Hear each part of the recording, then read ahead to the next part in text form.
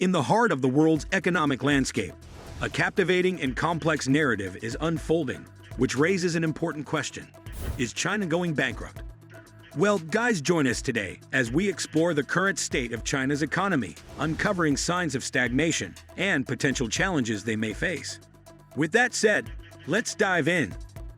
Now, before we look into China's future, let's go back in time to study a country with a similar economy as China, Japan. First, let's break down what happened to Japan in the 1990s. You see, during this time, Japan experienced a significant economic setback that's still debated among experts. But here's the general story. After decades of rapid economic growth leading up to the early 1990s, Japan encountered a major financial crisis that had lasting effects on its economy. For some background, Japan saw remarkable economic growth from 1955 to 1990, a time often referred to as the Japanese miracle. During this period, Japan's economy expanded at an average rate of 6.8% per year, and its GDP grew eightfold. Growth remained strong, only dipping below 3% once in the aftermath of the 1974 oil crisis. Interestingly, similar to China today, Japan's economic success caused tensions with the United States. Some Americans accused Japan of taking away manufacturing jobs, leading to instances like members of Congress smashing Japanese electronics with sledgehammers in protest. There were even concerns that Japan might overtake the American economy by the early 2000s. This unease and anxiety about Japan's rise had parallels to the concerns people have about China's current growth. There were articles, books, and even advertisements warning about Japan's influence, drawing some similarities to the discourse around China now. However, the anxiety subsided in the 1990s when Japan faced a massive economic crisis. This crisis had three main stages. The first stage was the bubble inflation.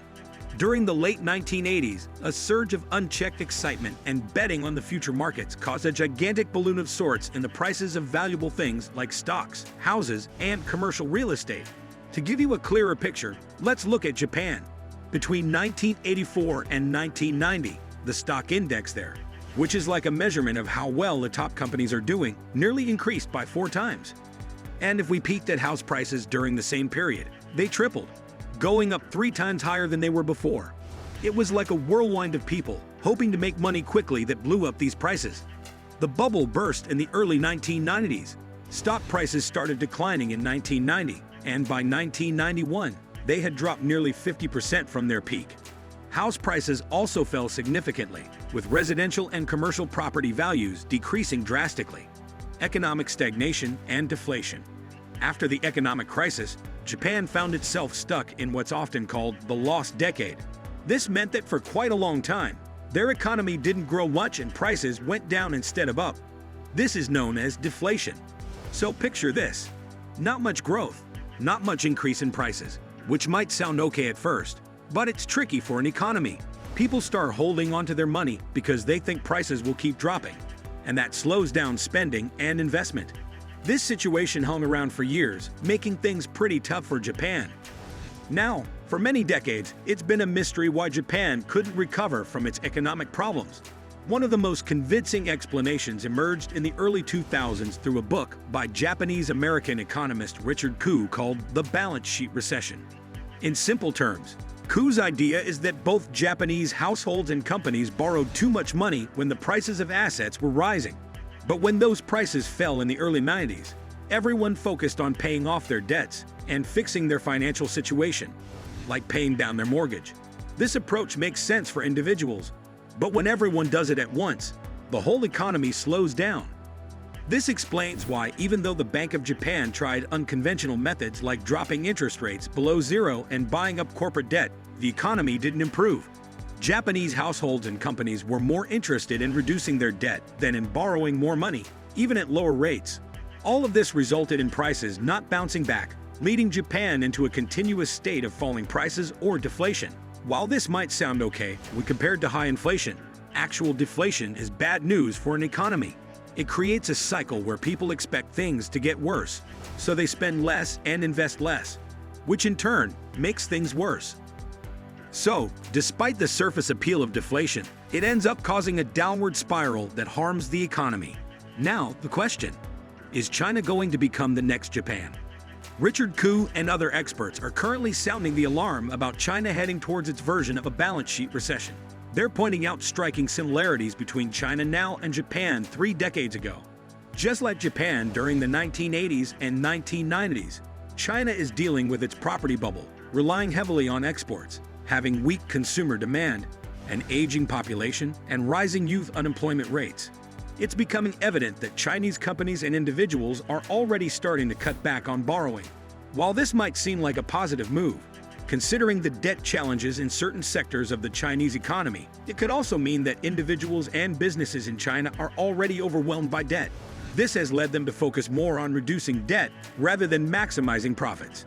If this pattern continues, it sets the stage for a balance sheet recession in China.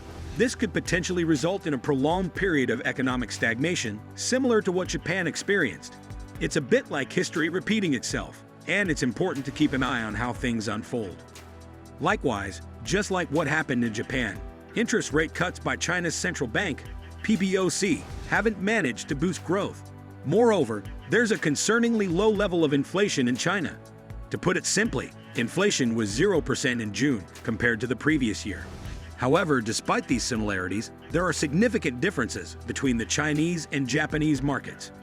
One key difference is that the Chinese government holds a tighter grip over its economy compared to Japan's government in the past. China's government might use its proactive approach to prevent falling into the same deflationary situation as Japan did. This strategy seems possible because even though China's property market has slowed down, there hasn't been the steep price drop seen in Japan, at least for now. The Chinese government has the advantage of learning from Japan's experience. Chinese policymakers are aware of the dangers of a balance sheet recession. Yet, despite this awareness, the Chinese government faces a tough decision. The most straightforward way to counter a balance sheet recession is through significant fiscal stimulus, essentially giving a lot of money to everyone to ease their debt worries. For instance, in China's case, they could provide funds to property developers to boost confidence among homebuyers and reduce the developers' debt burdens. Richard Koo has suggested this approach. However, while it might offer short-term benefits, it could sustain the uneven growth that the Chinese government is concerned about. Lastly, China has been in the news lately for its relationship with NATO. At the recent NATO summit, there was a discussion about NATO's connection with China, including the potential for a liaison office in Tokyo. China has expressed its disapproval of this idea. China's increasing influence in areas like cyber activities, space exploration, and its expanding nuclear arsenal are causing NATO to pay closer attention to Asia, as these developments affect European security. Among NATO allies, there's an ongoing discussion about how much NATO should respond to China's growing influence. The issue of having a liaison or political office in Tokyo, for instance, isn't something that everyone agrees on. However, there's general agreement that forming strong partnerships with countries like Japan, Australia, and South Korea, places that are directly dealing with China's activities daily, is really important. Here's an example that shows how things are connected in ways we might not know. Think about the recent situation in Ukraine. To make it work well, they need lots of bullets and stuff. Surprisingly, a big chunk of these bullets comes from South Korea. If South Korea wasn't involved, the situation in Ukraine might be different. This proves that stuff happening in Asia can directly change what's going on in Europe, even if we don't see it right away. So the alliances and partnerships NATO forms with countries in Asia play a bigger role in global dynamics than we might think. So, as we conclude our discussion on China's economic challenges, remember that understanding these complexities is key. Alright guys, that wraps up our video for today. If you enjoyed this insight, don't forget to like, comment, and subscribe for more eye-opening content. Stay curious, stay informed, and I'll see you in the next video.